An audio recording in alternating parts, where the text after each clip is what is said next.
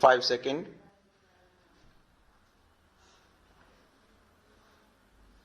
Start.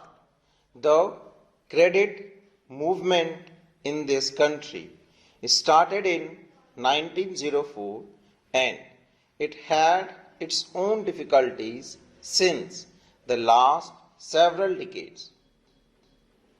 The main problem regarding cooperative credit has been that it has been untimely and inadequate. In 1904, the Cooperative Societies Act was passed, which was later amended in 1914. Then there were certain committees appointed and they reported about the weaknesses of the credit movement in the country. In 1919, this subject of cooperation was transferred to the states, after which several states passed cooperative acts of their own. Thereafter, in 1929, the Royal Commission made inquiries about cooperation and the credit movement and made certain recommendations. Until 1950 or 1951, there was very little improvement in the field of cooperation. In 2001, the Reserve Bank of India appointed the Rural Credit Survey Committee, which brought out its report in 2004. That committee came to the conclusion that only 3% of the credit required by the agriculturalist in the country was being met by the cooperatives, and it made certain suggestions. It suggested that there should be an integrated credit structure in the country and said that there should be shared participation by the government in the cooperative societies. It suggested that the government should take shares in the cooperative societies so that the cooperative movement can get strength through government participation. The second recommendation made by the Rural Credit Survey Committee was that there should be linking of credit with marketing, processing, consumption, storage, and all other fields of activity so that the credit will develop marketing, consumption, processing, etc. Yet, another recommendation was that there should be training program for the non-officials. The fourth recommendation and the most salient one was that there should be a three-tier structure of credit. There should be cooperative society at the lower level. Then there should be district banks and then the apex bank, and that all the three should be interlinked.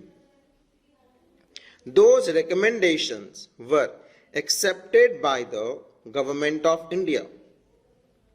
This report always recommended that in order to implement these suggestions, there should be a National Cooperative Development and Warehousing Board. The Government of India had accepted these suggestions in 2006. According to that act, there came into being a warehousing board which took care of the warehousing in the country, and also the National Development Board which took care of the development of the cooperatives. It was first thought that the two boards should be worked out under two different acts, but as both the subjects were administratively under one ministry at that time, namely the Ministry of Food and Agriculture, it was thought proper at that stage that the same act should administer the National Development Board and the Warehousing Corporation.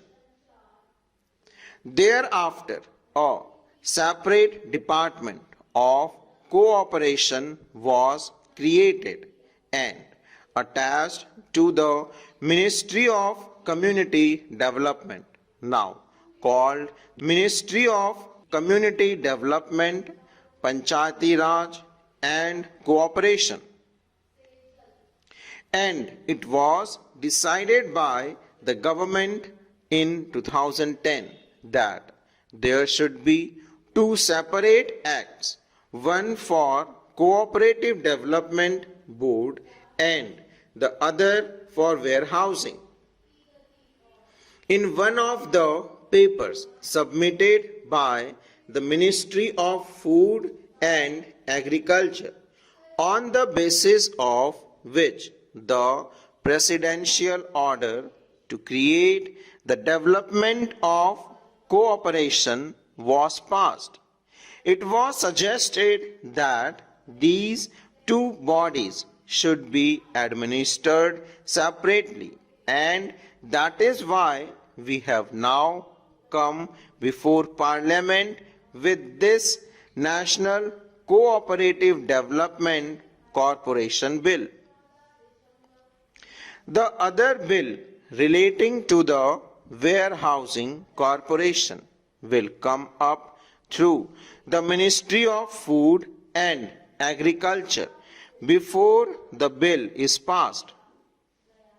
Therefore, sir, the present bill is only an amending bill, and opportunity has been taken to have some minor amendments made in the bill.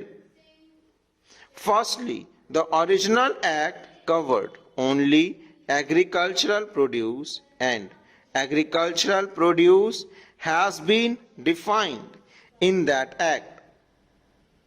And now besides agricultural produce, any notified commodities is also being included.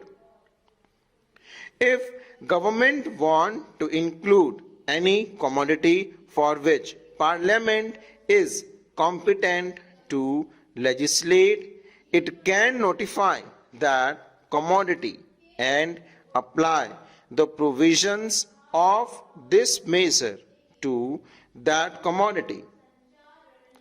In that case, we will not have to come to Parliament again and again.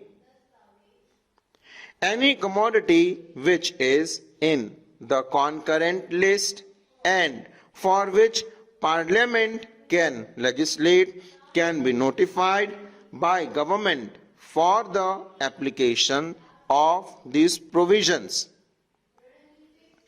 The second amendment is about the functional committee. In the present act, there is no provision for functional committees. Now, this corporation has to deal with credit, processing, marketing, consumers, and all these types of items in order to boost up the cooperative movement. We found that there was a lacuna, and therefore we have suggested a provision to have functional committees. It is only an enabling provision, and after this bill acts, we will have functional committee regarding credit, processing, consumers, etc. Then there was no power of delegation, full stop.